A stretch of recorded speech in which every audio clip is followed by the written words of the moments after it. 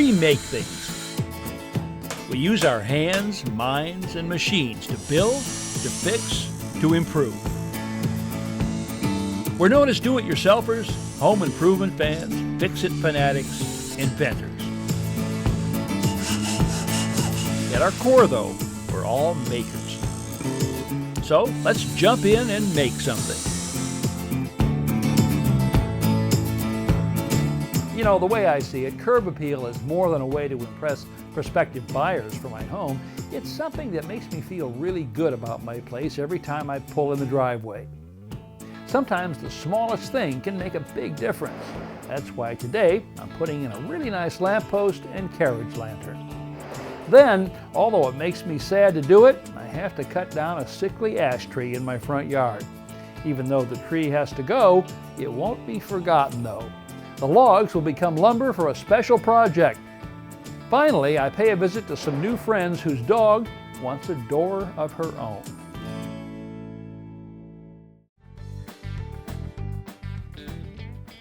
Well, I don't know about you, but I'm a big fan of curb appeal. I like my house to look nice from the street, and I want it to be welcoming when friends come over. So, I've decided to put a lamppost here in the front yard. Now, I've looked all over, and I think the best spot for it is actually right here where I've got this flower bed. Now, here in the Northeast, as you may have heard, it gets pretty cold, and the ground can freeze down 2 feet or more, and it creates what's called a frost heave effect. If the ground freezes beneath the end of the post, well, I can actually push it up out of the ground. So I want to avoid that, and I'll do it by making the hole at least 2.5 feet deep. I could use a post hole digger, but I'm going to do it the easy way. The easy way is with a post hole auger, a giant earth drill, if you will, that can be rented at almost any home improvement or rental center. Now the trick here is to hang on tight. There are plenty of rocks in this soil, and I'm bound to hit a few.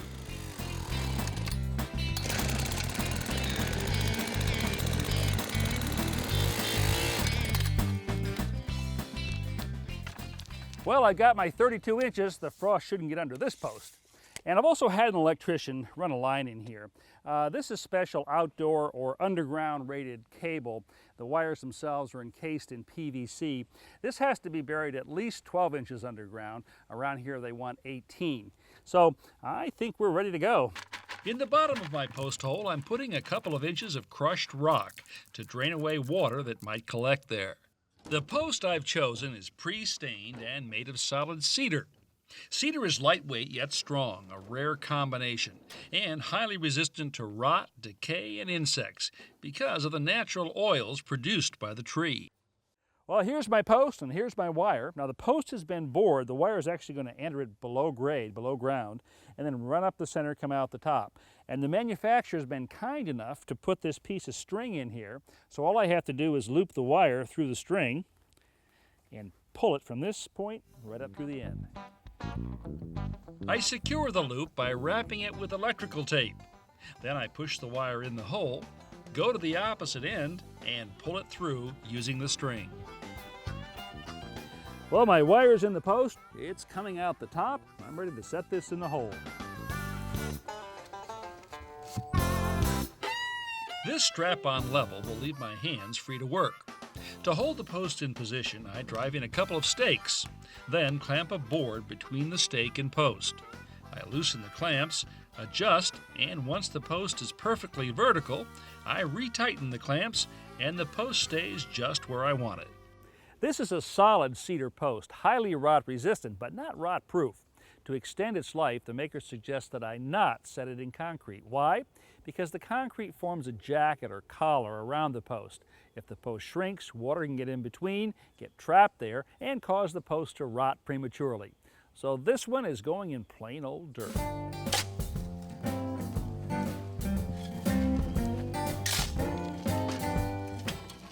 After adding a few inches of soil, I stop and compact the dirt using a 2x4.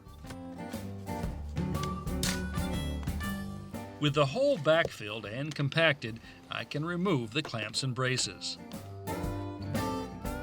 This cedar sleeve is what's going to turn an otherwise ordinary post into something special. It slips over the top and is held in place with finish nails.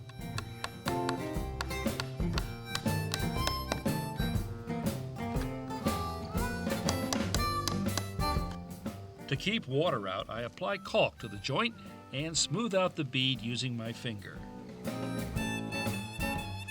The post cap also adds a classic touch and incorporates a mounting base for the light fixture.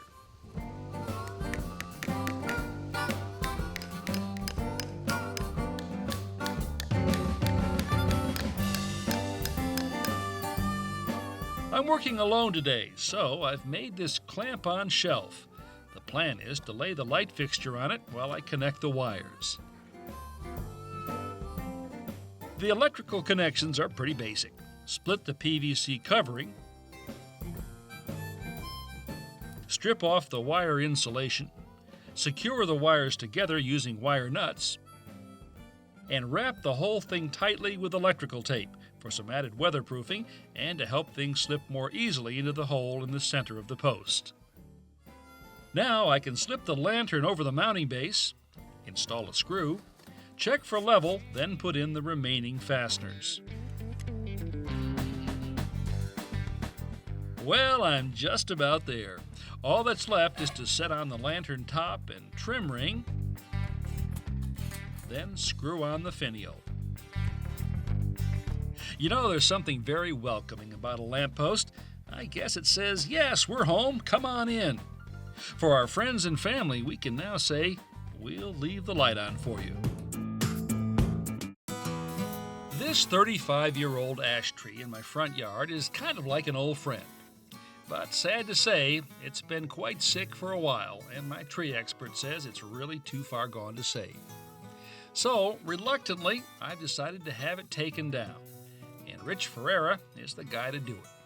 Now, Rich loves trees, and I think he's as comfortable hanging off a rope 50 feet in the air as he is standing on solid ground. His first task is to cut away several large branches on the side of the tree that will strike the ground first. He does this to minimize the damage when the falling tree hits my lawn. To further protect my grass, he lays several cut-off limbs side by side. Next, Rich makes a wedge-shaped cut in the direction he wants the tree to fall. Then saws a second cut on the opposite side. These cuts, plus a guideline, allow him to drop the tree exactly where he wants it. As you can see, the limbs he put down earlier have kept the tree from burying itself in my turf. While Rich and his helpers start trimming off and grinding the smaller limbs and branches, I mark cut lines on the trunk. I may have lost my tree, but I've come up with a way to remember it.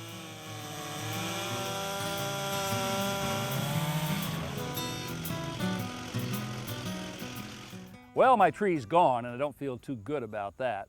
But I was able to salvage the trunks, and you know what? I'm going to have this sawn into lumber using this portable sawmill. Dave Scott has been a sawyer for more than 20 years. Today, he and his partner Kyle Cheeley are about to turn tree trunks into timber right here on my front lawn. This tool is essentially a really big bandsaw that travels back and forth on a rail. We start by making two cuts on the top of the log. In a way, it's like opening an oyster in search of a pearl. But it's a surprise. Every board log is a surprise. Every log, you just never know how it's going to open up. This is very pretty. If you look over around this one knot. This is very nice indeed. Yeah, it's beautiful. And it's sound, too. Dave rotates the log a quarter turn, and we cut the second side.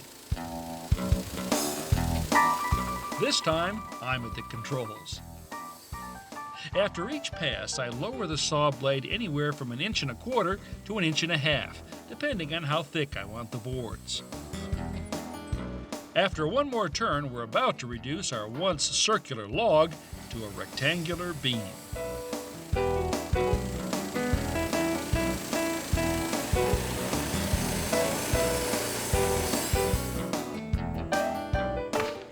Finally, we clamp several of the boards into the mill bed vertically, so we can cut away the bark and end up with a straight edge.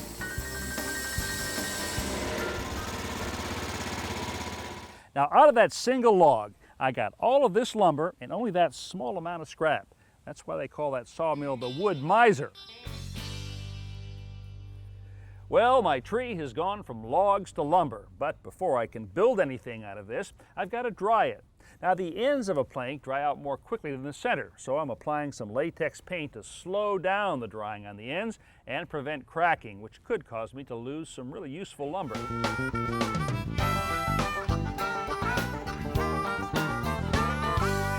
Now these small pieces of wood right here are called stickers. I've put them between each of the planks. Now that's going to create a space in there that will allow air to circulate and cause the boards to dry evenly. Now I've stacked the stickers right on top of each other to prevent any of the boards from bowing, and I started out by putting the bottom boards on a level surface made up of these 4x4s down here. For right now, the whole idea is to dry this lumber without cracking, warping, or splitting. Now that's going to take a few months. In the meantime, I can figure out what I want to make out of it. How about a doghouse?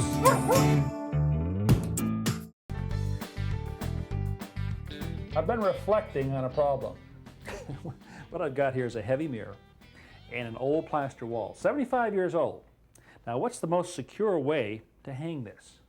In this case, the original hanging hardware has to go, so I remove it. Then I measure an equal distance down both sides, drill pilot holes, and attach hanger straps using short screws. Braided picture wire is looped through the straps and twisted back upon itself.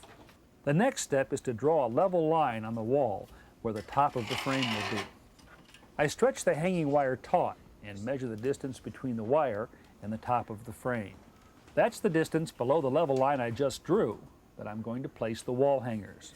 Toggle bolts are usually the best way to hang heavy objects on plaster walls. The spring-loaded wings of the toggle bolt fold together. Once inside, the wings spring open. I'll drill a hole large enough to allow the folded wings to pass through. A piece of masking tape helps keep the plaster from cracking or chipping. Finally, I pull gently on the bolt as I tighten it, which will keep the toggle from spinning inside the wall. With both toggle bolts tightened firmly, it's time to hang the mirror. You just hoist this up here, put it on the hooks, make sure we catch both of them. Slide it back and forth a little bit, make sure it's level. Now the beauty of a two-hook system is that once you get it level, it stays level.